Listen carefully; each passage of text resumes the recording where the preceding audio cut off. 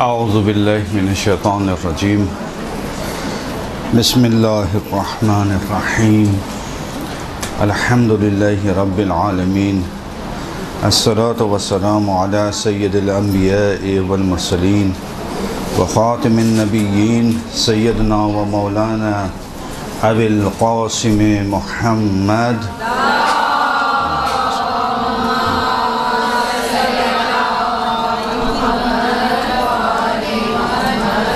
وعلى آل بیتہ الطیبین الطاہرین المعصومین المظلومین المنتجبین ولعنۃ اللہ علی اعدائہم اجمعین اما بعد۔ آج کا ہمارا موضوع کچھ محرم اور عزاداری کے حوالے سے ہے، اور اس میں اہمیت عزاداری اور بعض روایات کو بیان کیا جائے گا، کیونکہ ہو سکتا ہے کہ اگلے ہفتے میں شاید آپ کا دنیا کا امتحان ہو۔ صحیح؟ تو خیر آخرت کے امتحان کے تو خیر بات کی بات ہے، تو اس لیے جو ہے وہ محرم چونکہ نزدیک ہوگا، اس حوالے سے عزاداری کے حوالے سے کچھ روایات آپ کے سامنے پیش کرنی ہیں، اور انشاءاللہ کہ جو اعمال محرم کے حوالے سے ہیں اگر ہم کچھ بیان کر سکے تو انشاءاللہ آج کے دن بیان کر دیا جائے گا۔ عزاداری کی اہمیت کے حوالے سے سب سے پہلی بات ظاہر ہے کہ قرآن ایک ایسی کتاب ہے جو ہمارے لیے حجت ہے۔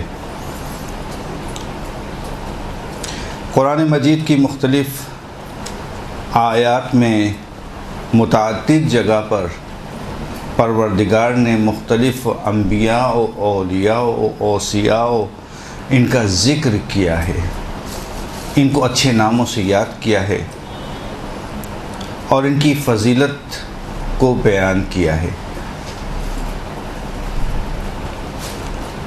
اسی طرح سے بعض جگہوں پر اسی قرآن میں پروردگار نے بعض انبیاء کے بعض واقعات کو مومنین سے کہا یہ ہے کہ ان کو یاد رکھو۔ یقینی طور پہ کوئی نہ کوئی ایک خاص وجہ ہوگی کہ پروردگار نے ان کو یاد کرنے کا حکم دیا۔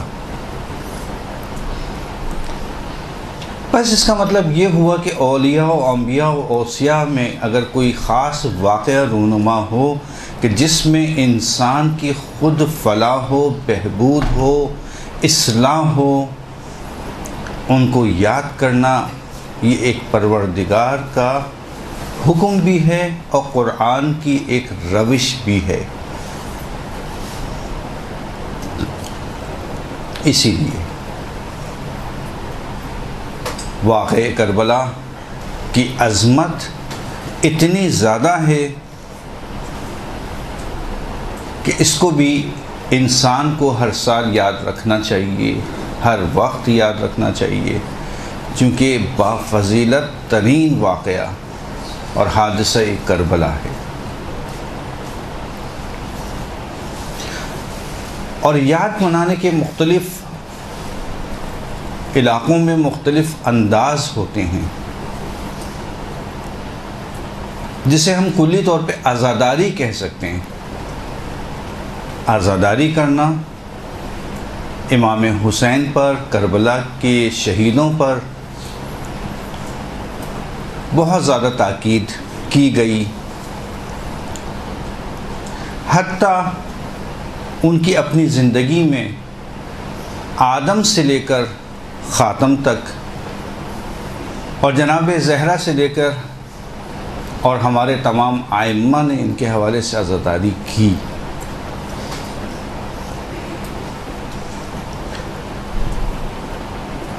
آیت اللہ عظمیٰ بہجت یہ فرماتے تھے کہ سید الشہداء پر گریہ از تمام یعنی تمام مستحبات سے افضل ہے، بلکہ نماز شب سے افضل ہے۔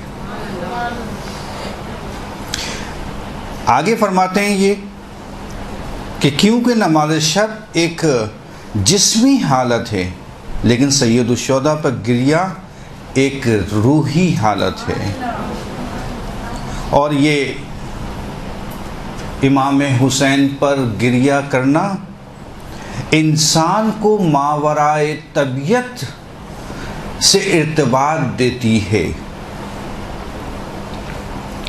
اسی لیے ان کی زندگی میں بھی ہم دیکھتے ہیں کہ ہر ہفتے ان کے گھر پہ اپنے مجالس ہوا کرتی تھیں اور یہ سب کا استقبال کیا کرتے تھے۔ اسی طرح سے آیت اللہ کمپانی، یقینی طور پہ آپ نے آیت اللہ کمپانی کا نام سنا ہوگا اور ان کے مختلف واقعات سے آپ آگاہ ہوں گی۔ پیاس کا وہ واقعہ یا تسبیح کے دانوں کا واقعہ جو آیت اللہ کمپانی کو کمپانی کہا کیوں جاتا ہے؟ آیت اللہ عظمیٰ بہت بڑی شخصیت ہے یہ آیت اللہ کمپانی۔ یہ جو آپ کے بڑے بڑے عارف پائے جاتے ہیں اور عرفانی منزلتوں پر فائز ہیں، یہ سارے شاگرد ہیں کس کے؟ آیت اللہ عظمیٰ کمپانی کے۔ آیت اللہ عظمیٰ کمپانی کو کمپانی کہا ہے، کمپنی سے ہے یہ کمپانی اصل میں۔ آیت اللہ عظمیٰ کمپانی کو کمپانی کہا ہی اس لیے جاتا ہے کہ ان کے والد عراق کے بہترین بزنس مین ہوا کرتے تھے، بہت بڑے اور بہت امیر ترین شخصیت میں سے ان کا شمار ہوتا تھا۔ ان کی عراق کے مختلف شہروں میں جگہ جگہ مختلف قسم کی کمپنیاں تھیں، مختلف چیزوں کی، حتیٰ کہ جس وقت انہوں نے فرمائش کی ہے اپنے والد سے کہ میں حوض علمیہ نجف میں جا کے پڑھنا چاہتا ہوں، تعلیم حاصل کرنا چاہتا ہوں، تو اس وقت عراق کے اندر ریلوے کا کوئی سسٹم نظام نہیں تھا۔ جب انہوں نے فرمائش کی تو ان کے والد نے اپنے خرچے کے اوپر بغداد سے نجف تک کے لیے ایک خاص ریلوے کا نظام بنایا، اور ان آیت اللہ کمپانی کے لیے ایک خاص ٹرین چلائی گئی کہ جس میں یہ روزانہ جاتے تھے نجف بغداد سے، اور رات میں اسی ٹرین کے ذریعے سے واپس آتے تھے۔ آپ اندازہ کر لیں گے کہ والد کی دولت کا کہ کتنے امیر تھے اور کیسی شخصیت تھی ان کی۔ ان کمپنیوں کی وجہ سے ان کو نام دیا گیا کمپانی۔ اب ان کے مختلف، مثلا ایک بار یہ جا رہے تھے نجف میں ہی، ہاتھ میں پیاز کا ایک تھیلا تھا، پیاز کا تھیلا جو ہے ان کے ہاتھ سے چھوٹ گیا اور پیاز جو ہے پورے جو ہے وہ سڑک پر بکھر گئی۔ تو یہ پیاز اپنے ہی ہاتھوں سے چھپ کر ایک ایک پیاز کو چنتے رہے، اٹھاتے رہے اور مسکراتے رہے۔ ان کے شاگردوں نے پوچھا کہ آپ یہ بتائیے کہ مسکرا کیوں رہے تھے پیاز اٹھاتے ہوئے، کوئی خاص وجہ؟ کہنا کچھ نہیں، میں یہ سوچ رہا تھا کہ کمپانی، تجھے آج لوگ کمپانی کے نام سے جانتے ہیں کہ جس کے باپ نے وہاں سے ٹرین چلائی تھی، اور آج وہی شخص نجف کی ایک سڑک پر بیٹھ کر یہ پیاز چن رہا ہے، یعنی اس حالت پہ پہنچے تھے۔ خیر بڑی بافضیلت شخصیت ہے یہ۔ تو آیت اللہ کمپانی کے لیے یہ جو تحریر کی گئی کتابیں، اس میں ملتا ہے کہ آیت اللہ کمپانی کی ایک خاص عادت تھی، اور وہ یہ تھی کہ وہ ہمیشہ مجلس میں، جب ان کے گھر پہ، ان کے دفتر میں یا ان کے گھر میں مجلس ہوتی تھی، کبھی بھی بیٹھا نہیں کرتے تھے، اور ان کا ایک مخصوص کام تھا جو شروع سے کرتے رہے۔ جب ان کے والد کے گھر پہ ہوتی تھی اس وقت بھی یہی کام کرتے تھے، اور اس اعلیٰ مقام پر پہنچنے کے بعد بھی انہوں نے اس کام کو ترک نہیں کیا۔ وہ کیا کہ عزاداروں کو ہمیشہ یہ چائے پلاتے تھے اور جب یہ آیت اللہ عظمیٰ بن گئے، اس کے باوجود بھی خادمین ہیں، سب ہیں، لوگ کہتے ہیں آقا آپ بیٹھ جائیے، آپ کیوں زحمت کر رہے ہیں؟ کہ نہیں، تم چاہتے ہو کہ امام حسین کے عزاداروں کی خدمت میں نہ کروں، اس کا ثواب نہ لوں؟ یعنی اتنی عظمت ان کی خدمت۔ ہمیشہ ایک خاص مخصوص جگہ پہ جاتے اور وہاں پہ مجلس میں بیٹھتے اور اس کے بعد جو ہے زائرین کو اور عزاداروں کو چائے پلاتے تھے۔ اسی طرح سے آیت اللہ عظمیٰ بروجردی، آیت اللہ عظمیٰ بروجردی، اب یہ دیکھیں علماء کے، میں واقعات میں چلے جاؤں گا پھر روایتیں رہ جائیں گی۔ خیر، آیت اللہ بروجردی کی آنکھیں کمزور ہونے لگیں، ابھی مرجعیت کے مقام پر نہیں پہنچے تھے، لیکن کیا وہی خاک لگائے، کس کی خاک؟ عزاداروں کے پیروں کی خاک، بس وہ شفا ہے۔ عزاداروں کے پیروں تلے جو خاک ہے اس میں بھی پروردگار نے شفا دی ہے۔ جب عزاداروں کے پیروں کے تلے جو خاک ہے، پروردگار اس کو شفا قرار دے رہا ہے، جو اس کی تربت کی مٹی ہے اس میں کتنی شفا ہوگی؟ اسی لیے کہا کہ مٹی پاک ہے، کھانا حرام، لیکن اگر خاک شفا کو کوئی تھوڑا سا خاک شفا کھانا جائز، لیکن کتنی؟ بہت ہی کم مقدار میں شفا کی نیت سے وہ کھانا جائز۔ آیت اللہ عظمیٰ عراقی، امام خمینی کے استاد، اور آیت اللہ عظمیٰ عراقی کی حالت یہ ہوتی تھی کہ جب یہ روز عاشور نکلتے تھے اور مختلف انجمنوں میں جا کے شرکت کرتے تھے، سینہ زنی کرتے تھے، راستے میں جتنی بھی سبیلیں آتی تھیں سب سے تھوڑا تھوڑا سا پانی پیتے تھے۔ آپ یہ پانی کیوں پیتے؟ اتنی پیاس کہ ہر سبیل کے سامنے سے گزریں گے کہ تھوڑا سا پانی، جس چائے کی سبیل سے گزرے تو تھوڑی سی چائے۔ کہا نہیں، اس لیے نہیں کہ پیاسا ہوں، اس لیے کہ مجھے معلوم نہیں ہے کہ پروردگار نے کس کی سبیل کو قبول کیا ہے کہ اس میں شفا قرار دی ہے۔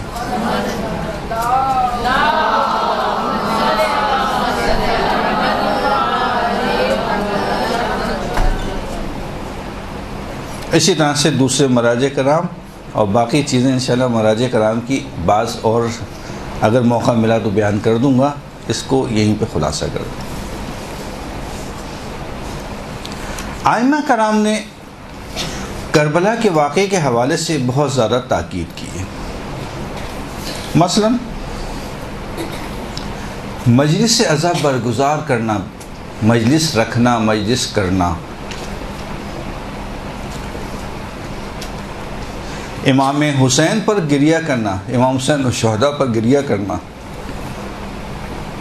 حتیٰ شاعروں کو مرثیہ کہنے پر بھی تشویق کی گئی ہے۔ اب وہ روایتیں میں پڑھوں گا آپ کے سامنے۔ اور کربلا کی زیارت کی تاکید۔ اب مسئلہ یہ ہے کہ انسان کربلا کا غم بناتا ہے، خود غم کم سے کم 4 اقسام اس کی بیان کی گئی ہیں غم کی۔ ایک غم مرضی، یعنی ایسا غم کہ جس میں انسان مرض میں مبتلا ہو جاتا ہے، اس غم کی تو بلکہ مذمت ہے، یعنی کہہ لیں کہ افسردگی کا شکار ہونا کسی کا، یا ڈپریشن کا شکار ہو جا کے مریض ہو جانا۔ وہ افراد ہمیشہ غمگین رہتے ہیں، گھر میں بیٹھے ہوئے غمگین ہیں، باہر جا رہے ہیں غمگین ہیں، شادی یعنی خوشی کی تقریب میں جا رہے ہیں غمگین ہیں۔ یہ مرض ہے، اس کا علاج کرانا چاہیے، اس کی جو ہے حتیٰ مذمت آئی ہے۔ ایک طبیعی غم ہے کہ انسان مسائل دنیاوی میں ایسا گرفتار ہوتا ہے کہ مختلف مواقعوں پر اس کو غم طاری ہوتا ہے۔ مذمت نہیں ہے لیکن تعریف بھی نہیں ہے اس کی، یعنی غم طبیعی کی مذمت اگر نہیں آئی تو اس کی تعریف بھی نہیں آئی۔ ایک غم انسانی ہے یعنی غم فطری، فطرتاً انسان کمال کی طرف جانا چاہتا ہے، نہیں پہنچا، غمگین ہے، ٹھیک ہے۔ اسی طرح سے انسان کی ہمیشہ خواہش یہ ہے کہ وہ جاویدانہ زندگی گزارے، ہمیشہ رہے زندہ، صحت یاب رہے ہمیشہ، لیکن اس کے ہاتھ میں نہیں ہے۔ اچھا، اس غم منانے کی، اس غم کی نہ مذمت ہے نہ تعریف، کہ یہ فطرت کا ایک اصول ہے کہ بعض دفعہ جو ہے وہ انسان جو ہے وہ خواہشات رکھتا ہے، اب اللہ تعالیٰ نے اس کی خواہشات رکھی ہیں، کیا کرے وہ بیچارہ۔ لیکن ایک غم عالی کہلاتا ہے، غم عالی کہ جیسے انسان پروردگار کے جدائی کے خوف میں غم زدہ ہو، اپنے گناہوں پر شرمندہ ہو کر پروردگار کے تقرب الہی حاصل کرنے کے لیے غم زدہ ہے،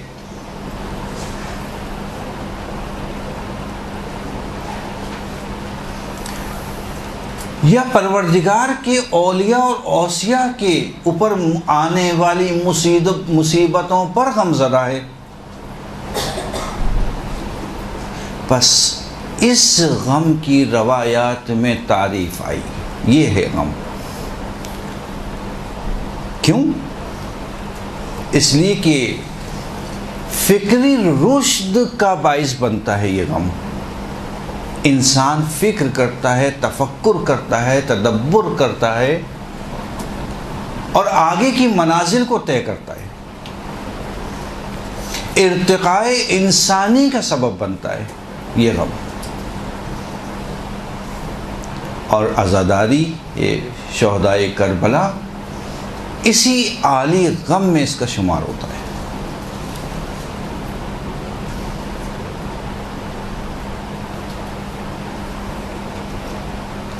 اسی لیے ہم دیکھتے ہیں کہ بہت ساری جگہوں پر عزاداری کے حوالے سے ائمہ نے مختلف روایات ہمارے سامنے، مختلف اقوال ان کے ہمارے سامنے آئے، اور صاحب ذخائر الافہام نے ایک روایت نقل کی ہے، اور یہ حدیث جو انہوں نے نقل کی ہے یہ حدیث قدسی ہے۔ حدیث قدسی اور حدیث میں فرق کیا ہے، یہ میں آپ سے پوچھ رہا ہوں، سوال آپ میرا ہے۔ جی، جو خدا کی طرف سے اور جو نازل ہوئے ہیں وہ ایک دو رسول خدا صلی اللہ علیہ وسلم اور ائمہ معصومین کا صحیح، فرق کیا ہے؟ یہ تو بتا دیا آپ نے کہ حدیث قدسی جو ہے وہ پروردگار کی طرف سے ہوتی ہے، یہ تو صحیح۔ جو حدیث رسالت مآب اور ائمہ کی طرف سے ہے وہ ان کی، یہ تو پتہ چل گیا۔ ہم کیسے پہچانیں گے کہ یہ حدیث قدسی ہے؟ کیا فرق ہے؟ جی،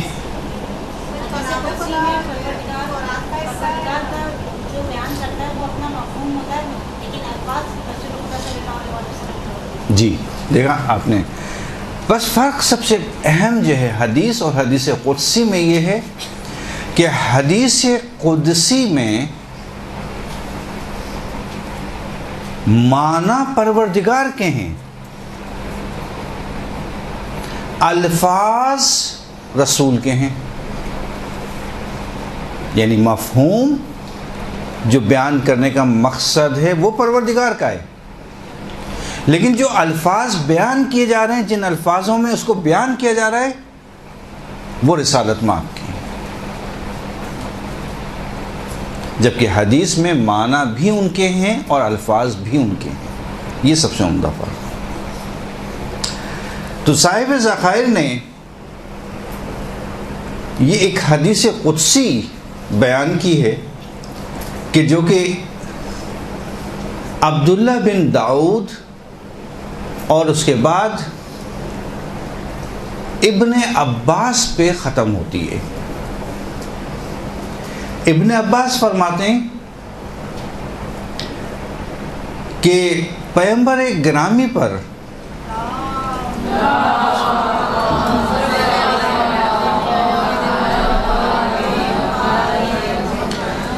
پروردگار کے حکم سے جبرائیل امین نازل ہوئے اور فرمایا اے محمد اللہ تعالیٰ آپ پر سلام بھیجتا ہے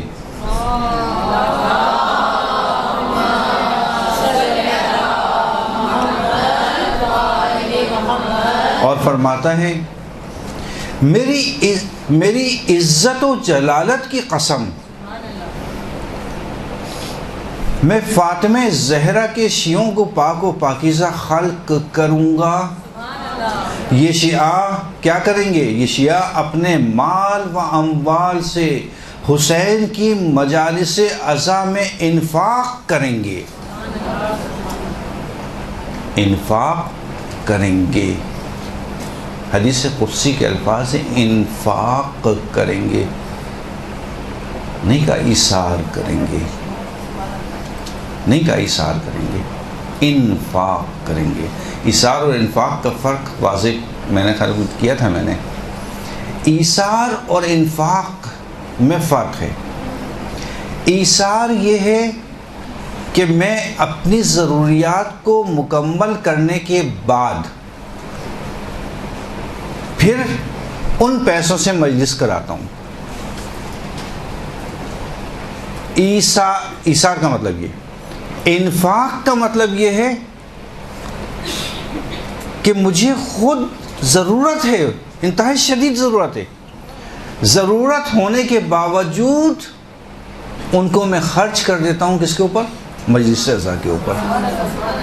یہ ہے انفاق. بس انفاق اور ایثار میں کیا فرق ہوا؟ ایثار کا مطلب ہوا مجھے ضرورت ہے، میں اپنی ضرورت پوری کر رہا ہوں، میری ضرورت جب مکمل ہو جائے جو بھی میرے پاس ہے میرا مال ہے اسی میں پھر میں مجلس کر رہا ہوں.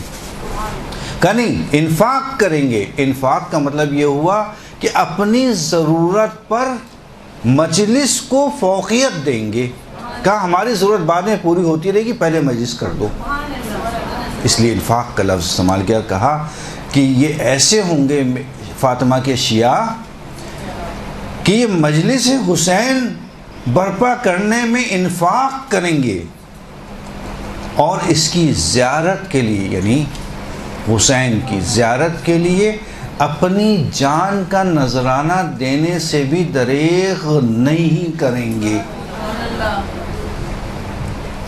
کتنے ہی تاریخ میں واقعات ایسے ہیں ہمیں ملتے کہ جب بادشاہوں کی طرف سے زیارت پہ جانے والوں کے لیے کوڑوں کا حکم ہوا، کوڑے کھائے.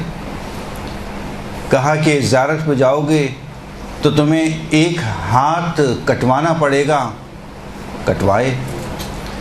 کہا نہیں دونوں ہاتھوں کو کٹوانا پڑے گا، کٹوائے. کہا نہیں ایک ہاتھ اور ایک پیر کو کٹوانا پڑے گا، کٹوائے. کہا نہیں دو اگر افراد جا رہے ہیں تو ایک کو قتل ہونا پڑے گا تو پھر دوسرے کو اجازت ملے گی. تو پھر شہادتیں بھی دیں. اور وہ مشہور و معروف واقعہ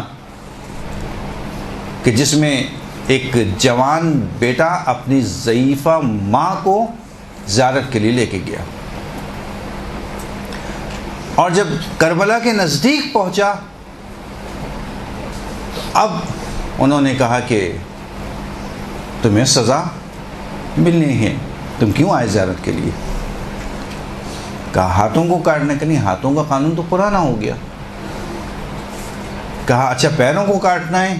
کہا نہیں وہ بھی قانون تبدیل ہو گیا. کہ اب نیا قانون کیا ہے؟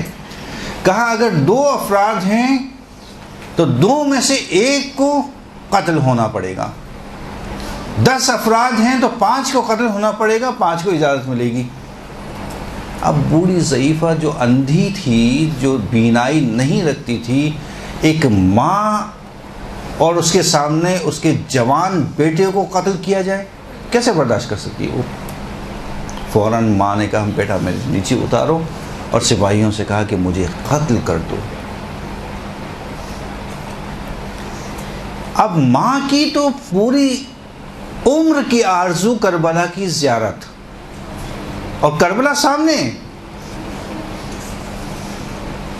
پوری عمر کی. اب جوان بیٹا کیسے برداشت کرے گا کہ جس ماں نے مجھے پالا ہے وہ ماں میرے ہی سامنے قتل کر دی جائے، آگے بڑھتا ہے، کہا نہیں ماں کو چھوڑ دو، مجھے قتل کر دو، مجھے قتل کر دو۔ جب جوان آگے بڑھتا ہے تو سپاہیوں کا بوڑھی تو چند سالوں میں مر جائے گی، کس کو قتل کرنا بہتر ہے؟ جوان کو۔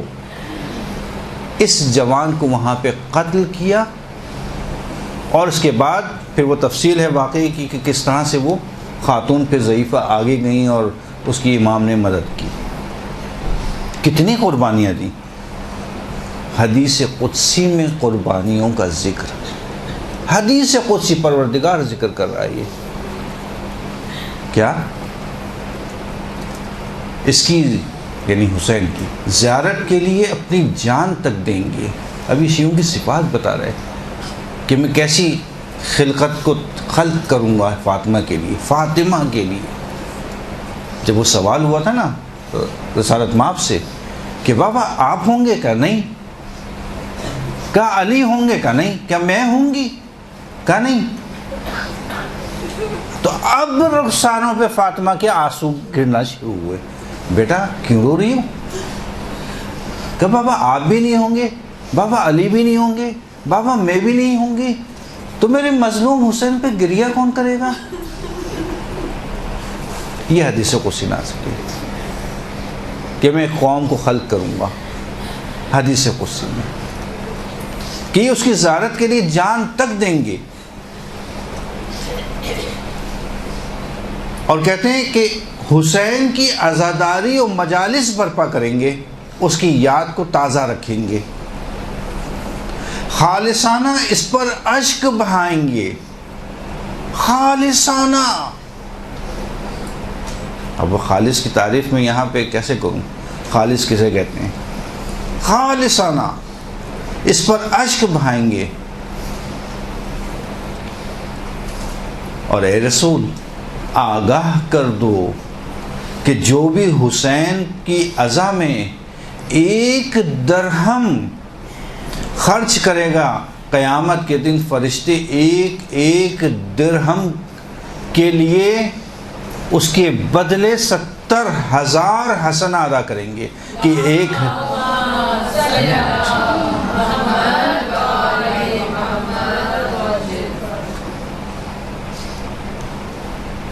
اور پروردگار ان عزاداروں کے لیے کیا کرے گا؟ جنت میں ایک قصر تیار کرے گا۔ اس کا ایڈریس 2 ایڈریس ہیں۔ اصلی کتاب اس کی تظلم الزہرا صفحہ نمبر 73، اور اگر کوئی دوسری کتاب چاہے اس کا ایڈریس تو وہ یہ ہے۔ ایک فارسی کی چھوٹی مختصر سی کتاب ہے، برگرفتے از ہمراہ محرم و سفر، اس میں بھی یہ حدیث موجود ہے۔ برگرفتے یعنی اس طرح سے لکھ لیں آپ لوگ اس کا نام کہ محرم و سفر میں ساتھ رکھنے والی کتاب، اردو میں یہ تقریباً بنے گا، محرم و سفر میں ساتھ رکھنے والی، چونکہ روایات اور احادیث کو اس میں جمع کر دیا ہے۔ ایک مبلغ کے لیے ایک آسان کتاب ہے کہ وہ اپنے ساتھ رکھیے، اس میں سے کسی بھی روایت کو لے کر وہ کہیں پہ بھی مجلس پڑھ سکتا ہے۔ جی رائٹر میں یار نہیں کیا، میں نے دیکھا نہیں اس کو۔ یہ کتاب معروف ہے، بہت معروف کتاب ہے، ہمراہ محرم و سفر کتاب۔ جی دیکھیں، تظلم الزہرا یعنی زہرا پر ہونے والے ظلم کا یعنی ذکر، تظلم الزہرا صلوات اللہ، اور اس کا صفحہ نمبر ہے 73۔ اسی طرح سے بہت معروف کتاب ہے محرم و سفر میں ساتھ رکھنے والی کتاب، اردو میں یہ ترجمہ اس کا بنے گا، اس میں بھی اس حدیث کو بیان کیا گیا۔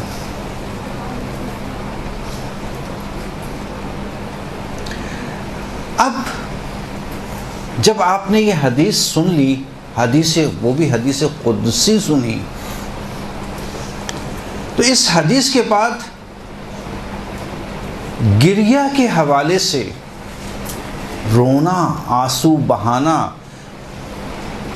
احادیث بہت کثرت کے ساتھ ہیں. ظاہر ہے کہ میں اگر ان احادیث کو یہاں بیان کروں شاید ہفتوں لگ جائیں گے، فقط گریہ کے اوپر جو احادیث ہیں. اس لیے صرف نظر کرتے ہوئے فقط ایک خلاصہ مطلب بتانا، اور وہ یہ ہے کہ یہ گریہ اوزاری جو انسان شہدائے کربلا کے لیے عزاداری میں کرتا ہے، یہ خود موضوعیت رکھتا ہے، نہ طریقیت. واضح ہو رہی ہے میری بات؟ کیا کہہ رہا ہوں میں؟ خود شہدائے کربلا پر گریہ کرنا موضوعیت رکھتا ہے، نہ طریقیت.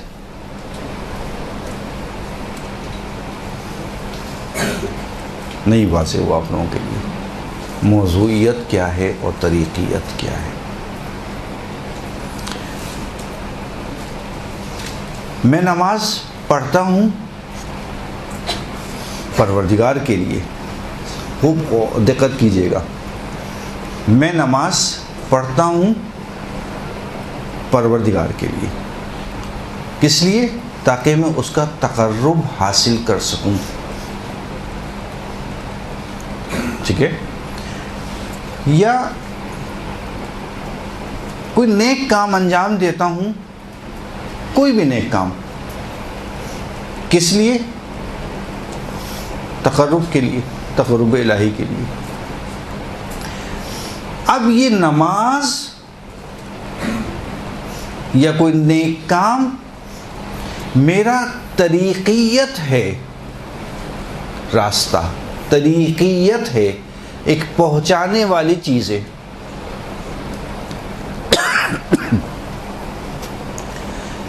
کہاں پہنچانے والی؟ خدا کی طرف. موضوعیت نہیں ہے، طریقیت ہے کہ اس کے ذریعے سے میں تقرب الہی. موضوعیت خود منزل کا نام ہے، طریقیت راستے کا نام ہے. موضوعیت خود منزل کا نام ہے. مجلس عزا ہو سکتا ہے طریقیت ہو، لیکن اس کے اندر گریہ اوزاری موضوعیت ہے.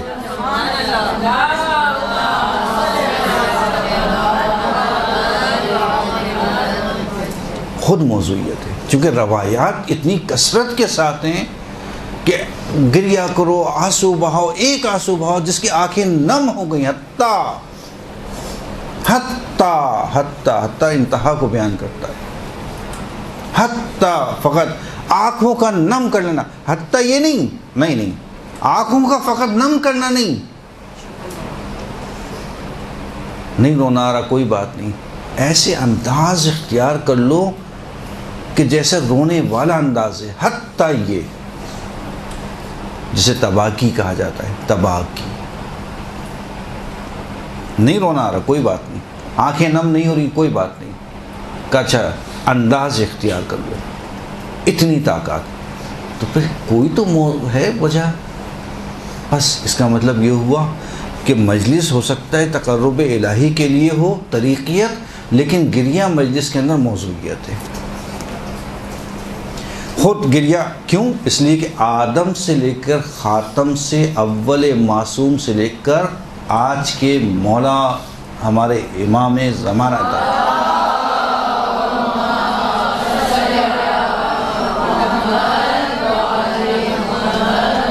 سب محرم میں عزاداری میں مشغول، سب نے حسین پر، شہدائے کربلا پر گریہ کیا. روایتیں موجود ہیں، ایک ایک کے بارے میں روایت موجود. اب میں ساری روایتیں یہاں بیان نہیں کر سکتا، اگر مستقل رکھیں اس موضوع کو تو پھر تفصیل سے بیان کیا جائے. خاندان اہل بیت کے دوسرے افراد سے لے کر اور ہمارے مراجع کرام تک، ہر دور کے مرجع آج تک ان کی یہ روش ہے کہ آج بھی ان کے بیوت میں ہر ہفتے مجلس ہوتی ہے. زائرین جانے والے ہیں جائیں اور جا کے دیکھیں، کسی کے یا شب جمعہ میں ہوتی ہے یا کسی کیا صبح جمعے میں ہوتی ہے، کسی بھی مرضی کیا چلے جائیے، چیک کرنا چاہیں چیک کریے، جائیے کسی کے ساتھ، کوئی بیت خالی نہیں ملے گی مجلس سے۔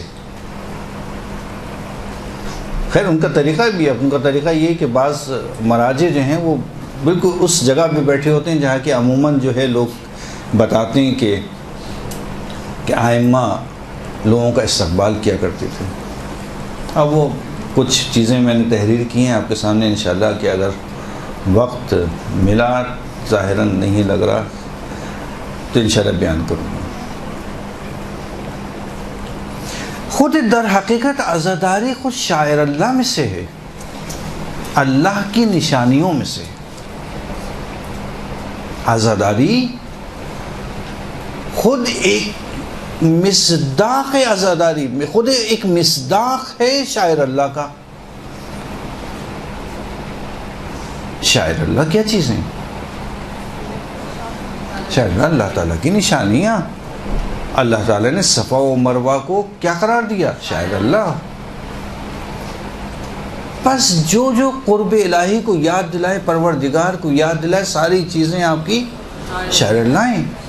اور شاعر اللہ کی کسی بھی طرح سے توہین، کسی بھی طرح سے توہین جائز نہیں ہے، اور مجالس یہ شاعر اللہ میں سے ہیں۔ کسی بھی لحاظ سے اس کی توہین کرنا یا ان سے منسوب کسی چیزوں کی توہین کرنا جائز نہیں ہے۔ رسالت مآب کی حدیث،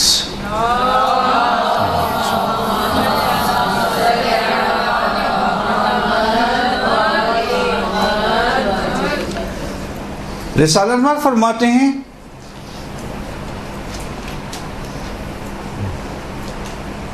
پروردگارا حسین پر گریہ کرنے والوں پر اپنی رحمت اور شفقت سے ان پر درود بھیجتا ہے۔ کیا فرمایا؟ پروردگارا اپنی رحمت اور شفقت سے عزاداروں پر، یعنی گریہ کرنے والے وہی عزادار، درود بھیجتا ہے۔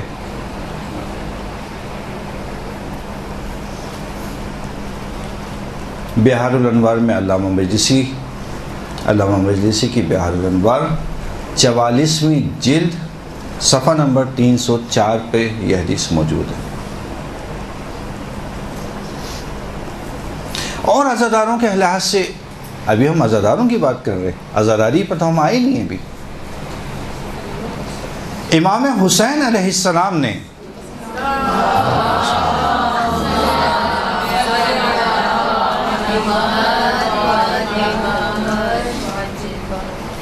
اپنے آخری وقت میں امام سجاد علیہ السلام کو ایک وصیت کی۔ اس وصیت کو آپ کے سامنے پیش کر رہا ہوں، اس کے بلکہ ایک جملے کو آپ کے سامنے پیش کر رہا ہوں۔ کیا فرمایا؟ میرے بیٹے، آخری وقت ہے امام کے، اس کو یاد رکھیے گا۔ اس وقت یہ وصیت کر رہے ہیں امام سجاد کو، عظمت عزادار کہ حسین کیا فرما رہے ہیں؟ کہہ رہے ہیں میرے شیعوں کو، میرے بیٹا، میرے شیعوں کو میرا سلام کہنا۔ یعنی کون سلام کہہ رہا ہے؟ امام حسین۔ بیٹا میرے شیعوں کو میرا سلام کہنا، اور ان سے کہنا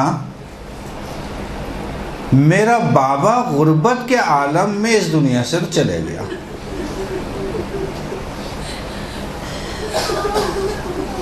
اور بیٹا ان سے کہنا کہ میرے بعد ان پر گریہ و زاری کرنا، یعنی حسین کہہ رہے ہیں کہ مجھ پر ماتم کرنا، مجھ پر رونا، اور ان پر اس دنیا کے جانے کے غم میں اپنے عشق بہانا،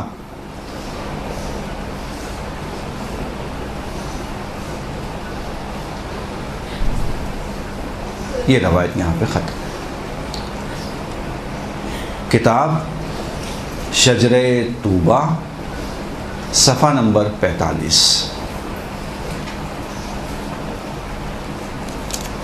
اسی لیے حضرت سجاد امام زین العابدین علیہ السلام جب تک زندہ رہے کربلا والوں پر آنسو، بعض روایت میں کہا 40 سال تک امام نے کربلا والوں پر آنسو بہائے. 40 سال تک کھانا آیا آنسو، پانی پیا آنسو، پانی دیکھا آنسو، بازار سے گزرے آنسو، ہر وقت روتے رہتے تھے. 40 سال، حتیٰ بکائین میں ان کا شمار ہوا کہ 4 ایسی ہستیاں کہ جو کثرت کے ساتھ روتے تھے. اور حدیث میں ہے کامل الزیارات کی صفحہ نمبر 101 پر یہ حدیث موجود ہے. کیا؟ حضرت سجاد کی جو حدیث ابھی میں نے بتائی ہے 40 سال تک گریا کرتے رہے، آنسو بہاتے رہے، وہ جلال العیون میں علامہ مجلسی کی صفحہ نمبر 836 پر موجود ہے. اور یہ حدیث جو میں پڑھنے جا رہا ہوں یہ حدیث کامل الزیارات کی صفحہ نمبر 101 پر موجود ہے. اور یہ حدیث کس کے حوالے سے؟ یہ حدیث ہمارے چھٹے امام امام جعفر صادق علیہ السلام کے حوالے سے.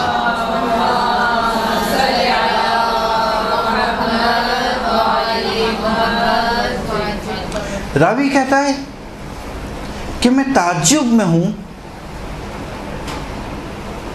کہ جس دن حسین کا نام آ جاتا ہے اس دن امام صادق کی طبیعت اور حالت تبدیل ہو جاتی ہے، حتیٰ رات تک ان کے چہرے پہ ہم کسی قسم کی مسکراہٹ نہیں دیکھتے. یہ عام دنوں کی بات کر رہے ہیں، یہ عام دنوں کی بات ہے، نہ کسی خاص دن کی، عام دن کی بات ہے. اور اگر ایام ازاں ہوں وہ تو الگ حالت ہوگی. پھر اس سے اندازہ کریں. کامل الزیارات صفحہ نمبر 101. اور دوسری حدیث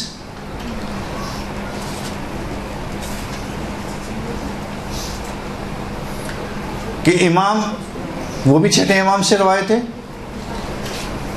کہ ایک صحابی امام کی خدمت میں موجود تھا اور دوسرے اصحاب بھی وہاں پر موجود تھے کہ ایک مرتبہ کسی نے حسین کے نام کا ذکر کر دیا. اس محفل میں نام لیا ہے حسین کا.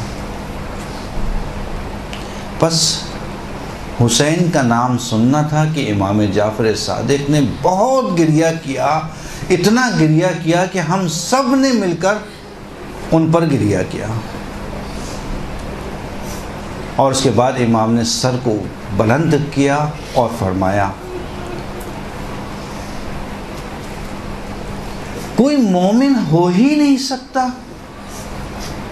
ابھی غور سے سنیے، کوئی مومن ہو ہی نہیں سکتا کہ جو حسین کو یاد کرے اور ان پر گریہ نہ کرے. یعنی تعجب سے امام فرما رہے ہیں کہ جو حسین کا نام سنے، ان کو یاد کرے اور اس پر آنسو نہ بہائے، گریہ نہ کرے. اچھا مومن سے انکار کرے، مومن نہیں ہو سکتا ایسا. بہار الانوار علامہ مجلسی جلد نمبر 44 صفحہ نمبر 304.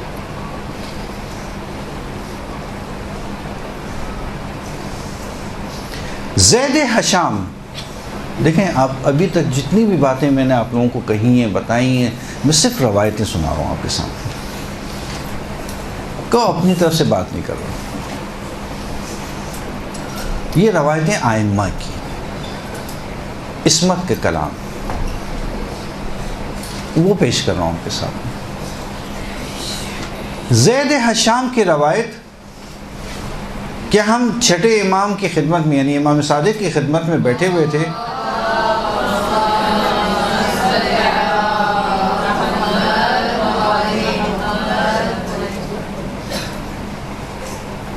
کہ ایک عرب کا مشہور شاعر جعفر بن عفان جعفر بن عفان اس محفل میں داخل ہوئے. جیسے ہی جعفر داخل ہوئے امام نے اس کا خوب احترام کیا, بہت احترام کیا, بڑی عزت دی. ہم سب تعجب سے دیکھ رہے تھے کہ امام ایک شاعر کو اتنی عزت. کہا نہیں عفان تم میرے برابر میں آ کے بیٹھو. امام نے اس کو خوب احترام کیا اس کا, اور اس کے بعد اپنے پاس بٹھایا, اور اس کے بعد کہا کہ جعفر. جعفر نے کہا لبیک یا ابن رسول اللہ. کہا سنا ہے تم میرے جد حسین کے لیے بہت عمدہ اشعار کہتے ہو. میرے جد حسین کے لیے بہت عمدہ اشعار کہتے ہو. شاعر نے جعفر نے جواب دیا جی یا ابن رسول اللہ. تو کیا تم ہمارے لیے آج وہ اشعار پڑھو گے؟ اب یہ امام فرمائش کر رہے ہیں جعفر سے.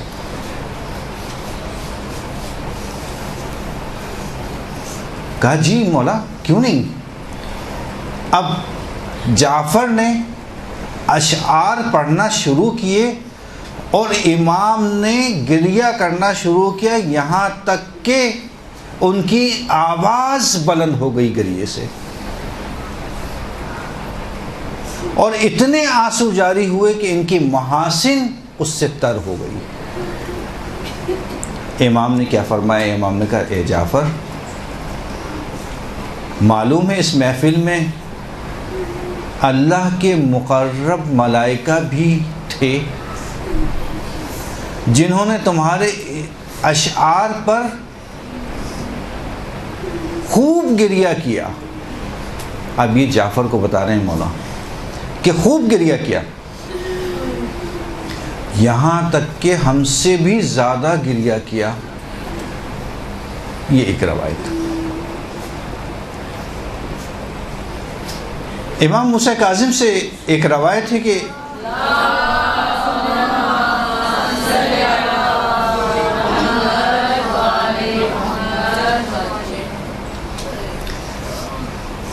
جس وقت محرم شروع ہوتے تھے تو میرے بابا کے چہرے سے اصل مسکراہٹ چلی جاتی تھی. محرم قریب ہے, نیا لباس, انتظام, مجلس کے لیے انتظام کرنا ہے, بالکل صحیح ہے. ہم اب موقع لگا تو انشاءاللہ بتاؤں گا کہ کس طرح سے انتظام کرتے تھے آئمہ نے مجالس کی ہیں. اچھا ایک سوال یہ کہ گھر پہ مجلس کرنے کا کیا وہ ہے, کچھ ہے روایت؟ میں ابھی پڑھ کے سناؤں گا آپ کو کس طرح سے کریں.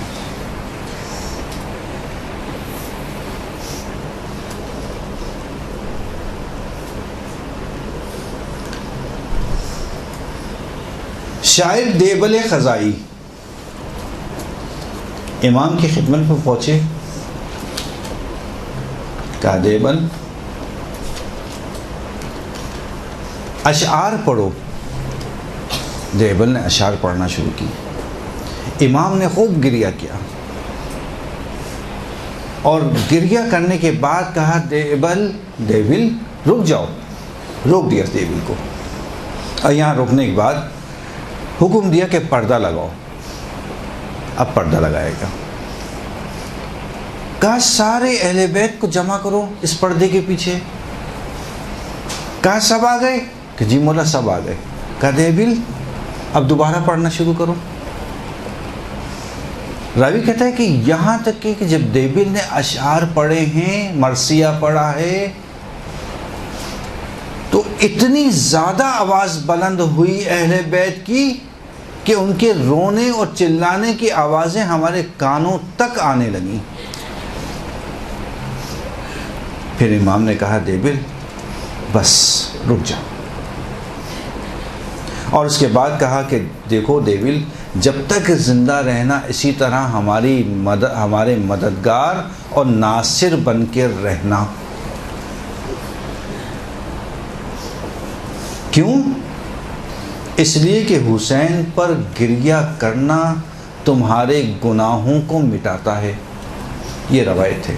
اس کا ایڈریس بعد میں بتاتا ہوں ابھی آپ کو.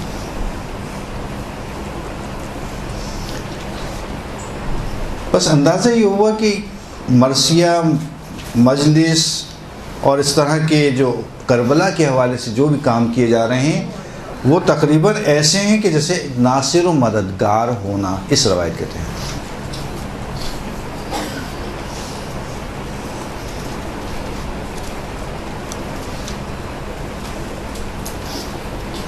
ایک مرتبہ صلوات پڑھیں محمد علیہ۔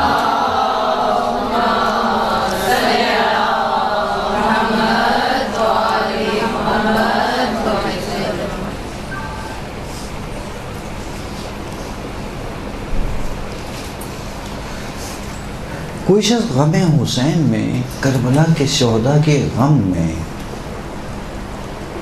مجلس میں نالا و فریاد کرے، ہے واقعاً اس کی بھی اہمیت ہے؟ جی ہاں، امام صادق علیہ السلام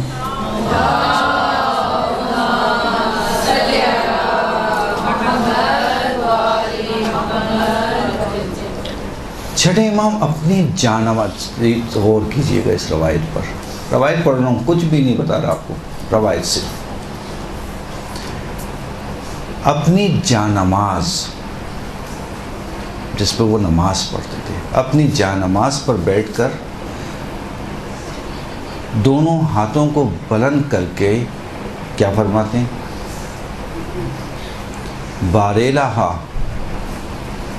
ان آنکھوں پر جو ہماری محبت میں گریاں کناں ہیں، بارے ان آنکھوں پر جو ہماری محبت میں گریاں کناں ہیں اور جن کے دل ہمارے غم میں غمگین ہیں اور ہمارے غم میں فریاد و نالہ کرتے ہیں، یعنی آواز کو بآواز بلند گریا کرتے ہیں،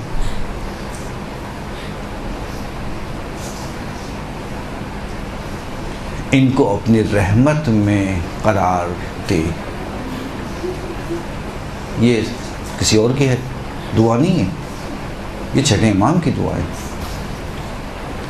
علامہ مجلسی بحار الانوار جلد نمبر 45 صفحہ نمبر 313۔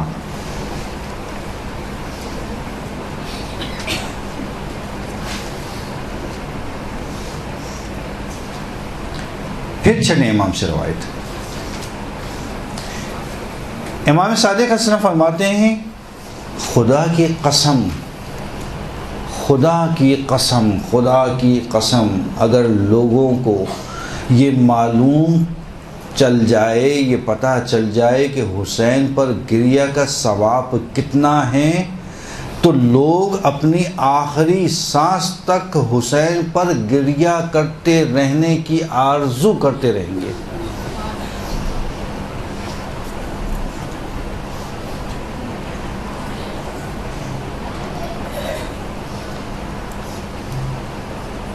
اور دوسری ایک روایت کس سے؟ چوتھے امام زین العابدین علیہ السلام سے،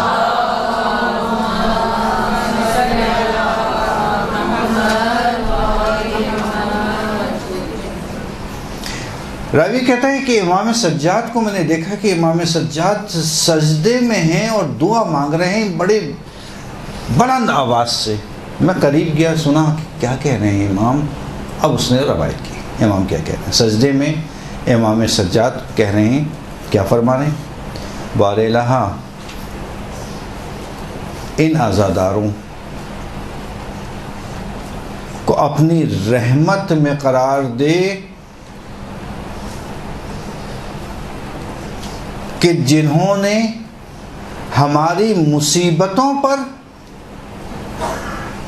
ہماری محبت میں ان کی گریہ بلند ہوتے ہیں، آوازیں بلند ہوتی ہیں۔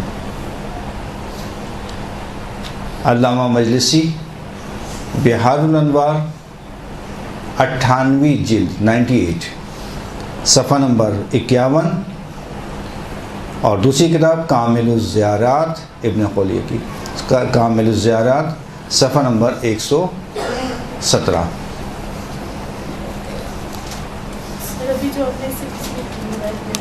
اسی میں یہ دونوں ایسی ایڈریس ہیں۔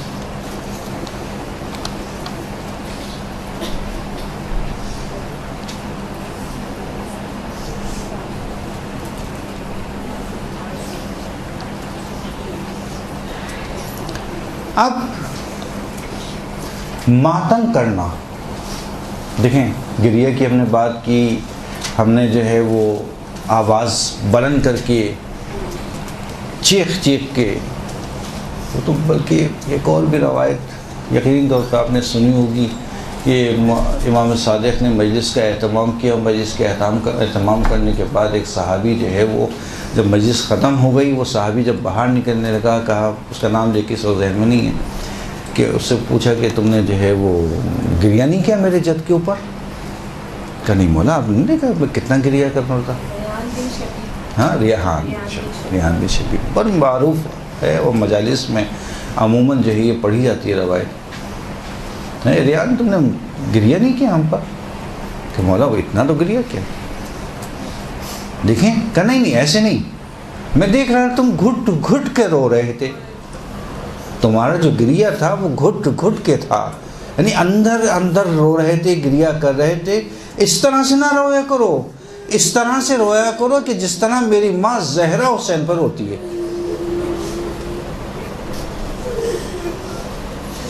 ایسی ماں کہ جس کا جوان بیٹا اس دنیا سے چلا گیا ہو.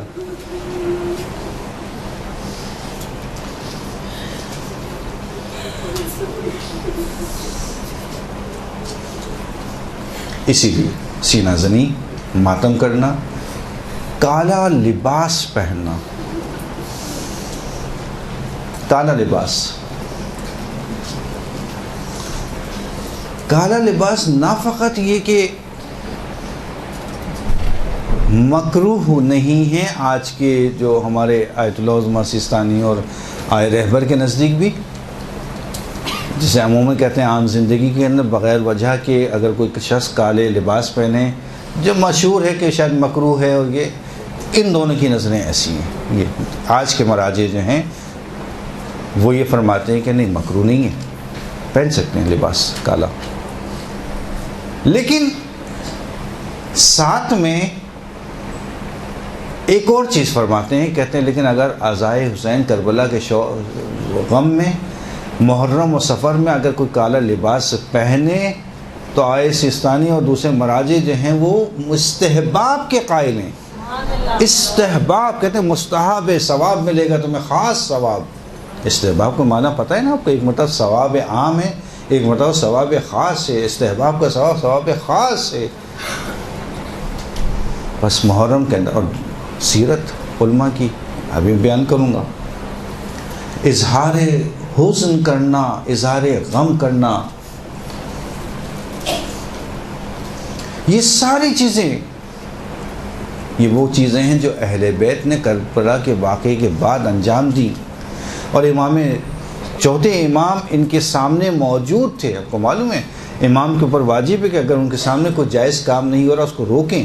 امام نے نہیں روکا، اس کا مطلب کیا ہوا؟ جائز ہے. بس کالا لباس پہننا جائز. امام خمینی فرماتے ہیں کہ عزاداری اور سینہ زنی، ماتم، عزاداری اور سینہ زنی سید الشہداء کے لیے افضل اعمال میں سے ہے. یہ امام خمینی کا ارشاد ہے رضوان اللہ. پیام عاشورہ کتاب کا نام اور صفحہ نمبر 49.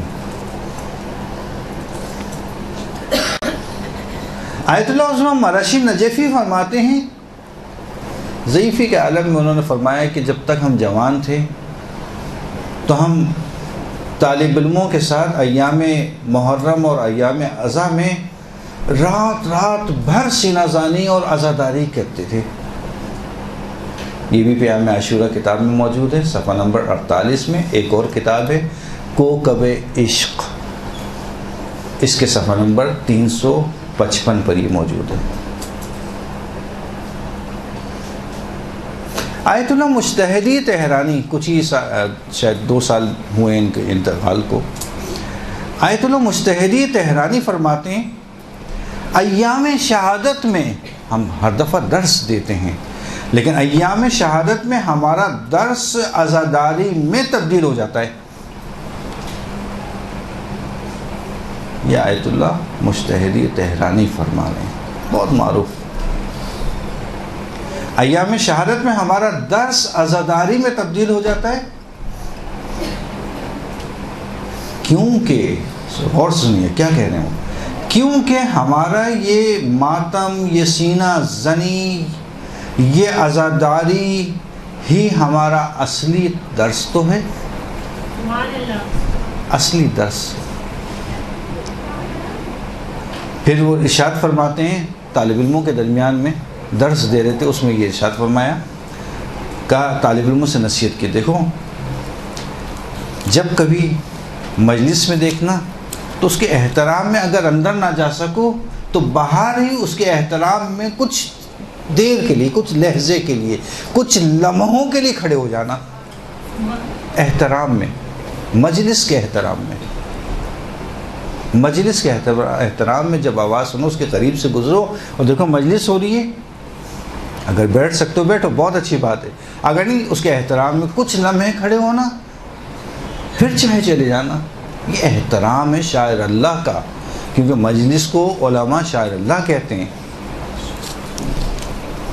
اس کے احترام میں کھڑے ہو جانا۔ اور اگر کہیں سے جلوس دیکھو تو اس میں شامل ہو جانا، شامل ہو جانا، ایسا نہ ہو تمہارا علم، تمہارے درس، تمہارا یہ لباس اس شرکت میں مانع بنے، اس شرکت کرنے سے روکے تمہیں، یہ نہیں ہرگز کرنا۔ یہ نصیحت ہی آیت اللہ مجتہدیہ تہرانی کی طلاب کو۔ یہ ہے آداب طلاب کتاب ہے، کافی ضخیم ہے، آیت اللہ ان کے حوالے سے لکھی گئی ہے۔ آداب طلاب کی پہلی جلد، صفحہ نمبر 239۔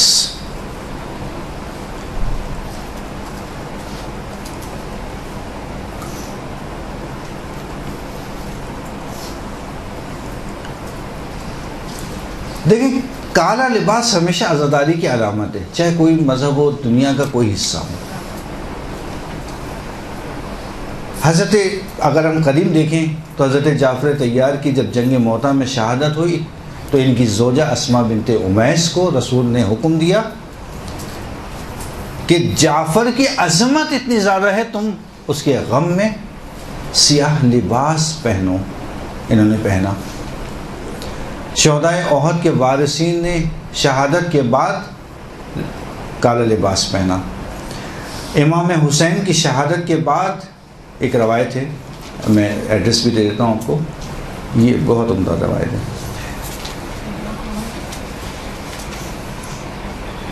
حسین کی شہادت کے بعد، یہ روایت کی جملہ، حسین کی شہادت کے بعد فرشتے نے ندائے آسمانی دی، کیا دی؟ اے لوگوں، عزا کے کپڑے پہنو، عزا کا لباس پہنو، کہ فرزند رسول آج مارا گیا، اس کے سر کو آج تن سے جدا کر دیا گیا۔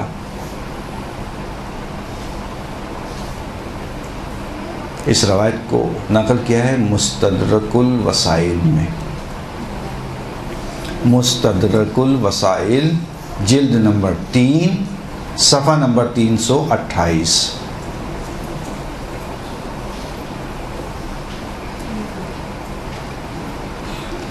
جب شام سے اہل بیت اسرا کو رہائی ملی تو حاکم وقت سے جو سب سے پہلی فرمائش پیغام گیا وہ کیا گیا؟ کہا ہمارے لیے سیاہ لباس کا اہتمام کرو، ہم چاہتے ہیں عزاداری کریں۔ سب اہل بیت نے سیاہ لباس پہنا۔ بہار الانوار 45ویں جلد میں یہ واقعہ موجود ہے۔ آیت اللہ عظمہ مرشی نجفی کی وصیت، اب میں اس کی تفصیل یقینی طور پہ آپ نے سنی ہوئی ہوگی کہ سیاہ لباس وہ پہنتے تھے، کہا کہ رومال ان کا تھا ایک خاص جس میں آنسو پوچھا کرتے تھے کہ میرے ساتھ دفنانا ان سب چیزوں کو۔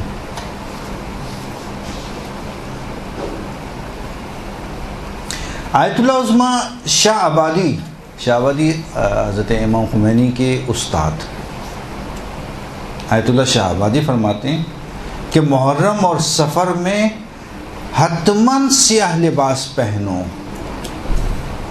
اس قول کو نقل کیا ہے سیل اشک صفحہ نمبر 57 پہ۔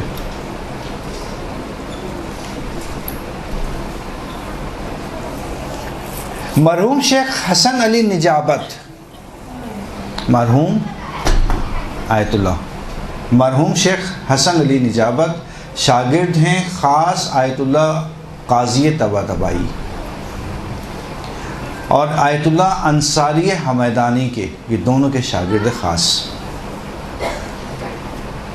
کہتے ہیں سیاہ لباس تو دور کی بات ہے، کس کے لیے بات کریں؟ مرحوم شیخ حسن علی کے لیے، کہ سیاہ لباس تو بہت دور کی بات ہے کہ مرحوم شیخ حسن علی نجابت جب بھی عزا برگزار یعنی برپا کرتے تھے تو تمام کی تمام لوگوں کے لیے جو نیاز پکایا کرتے تھے، بنایا کرتے تھے، وہ اپنے ہاتھوں سے، اور اسی پر فخر بھی کیا کرتے تھے۔ البتہ کہ آج بھی ایسے بہت سارے لوگ موجود ہیں جو اس طرح کے کاموں کو انجام دیتے ہیں۔ مثلا ایران قوم میں ایک آشپز کہتے ہیں باورچی خانہ، کچن، کیٹرنگ جسے آپ لوگ کہتے ہیں، آشپز امام حسین۔ ادھر محرم شروع ہوا، اس کا جو ہے وہ جو پکانے کا انتظام ہے، جو بھی کریں آپ چیزیں لا کے دے دیں، ہم پکا کے فری دیں گے، امام حسین کے پیسے نہیں لیتے پکانے کے۔ یہ ہمارے بھی ہونا چاہیے، بلکہ لوگوں نے محرم کو ایک ذریعہ آمدنی اس کو قرار نہیں دینا چاہیے۔ واقعاً غم کا دن ہے، حسن کا دن ہے، اور یہ ایام ان میں تو آپ کو بالکل جس طرح سے جنہیں میں نے مثال دی آشپز امام حسین جو معروف ہے وہاں پہ، اس طرح کے اقدام کرنا چاہیے۔ ٹھیک ہے، آپ اس کو جو بھی آپ کی وہ ہے اس سے لے لیں، اس کے بعد کہیں گے نہیں آج یہ محرم امام حسین کے لیے پیسہ، سارا کچھ تو ہماری زندگی سب کچھ حسین کے صدقے میں ہے، حسین جو قربانی دی اس کے تحت ہم کھا رہے ہیں، پی رہے ہیں، جی رہے ہیں، پہن رہے ہیں، جو کچھ ملا ان کے ذریعے سے مل رہا ہے۔ کیا ہم یہ کام بھی نہیں انجام دے سکتے کہ چلو حسین کے لیے کبھی نہیں دیں گے؟ واقعاً ایسا کرنا چاہیے۔ کاہے کے عزادار، کاہے کا نام شیعہ، کہ محبت اہل بیت، عمل کر کے دکھاؤ، کرو عملی اقدام۔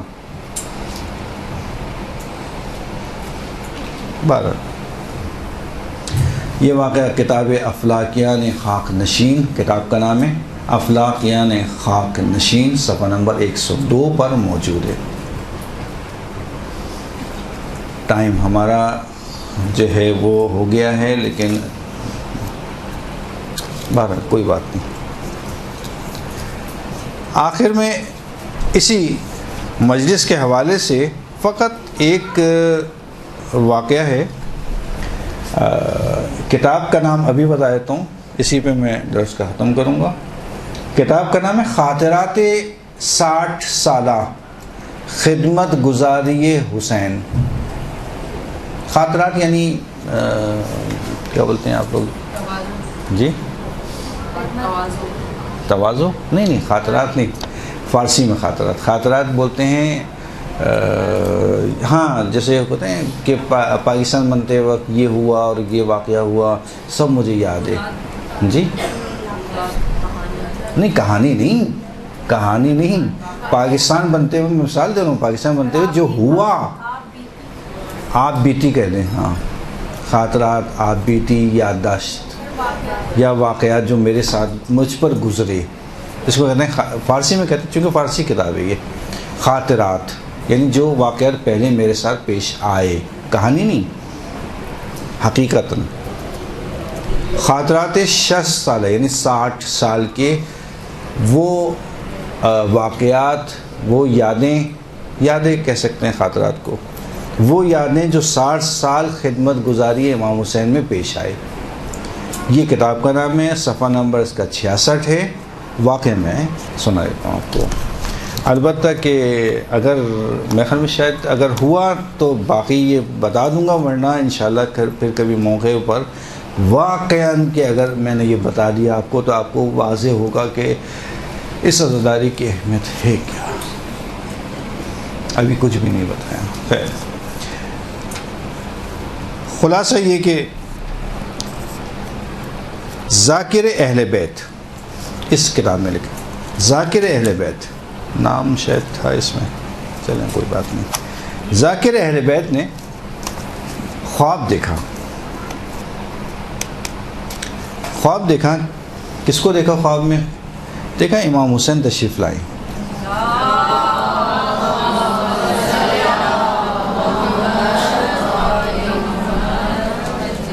امام حسین تشریف لائیں.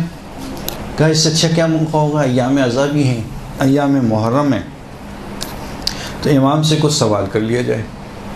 کہا مولا آپ مجالس میں تشریف لاتے ہیں؟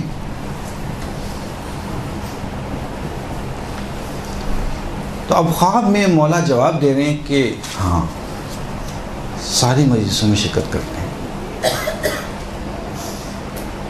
اچھا، جس علاقے کے وہ رہنے والے تھے اس کا نام لے کے مولا سے سوال کیا کہ مولا آپ اس علاقے میں ہمارے محلے میں سب؟ کہنا ہاں سب میں جاتا ہوں. کہ مولا کوئی ایسی مجلس کہ جس کے لیے آپ بہت زیادہ اہمیت کے قائل ہوں کہ اس میں تو لازمی جانا ہے.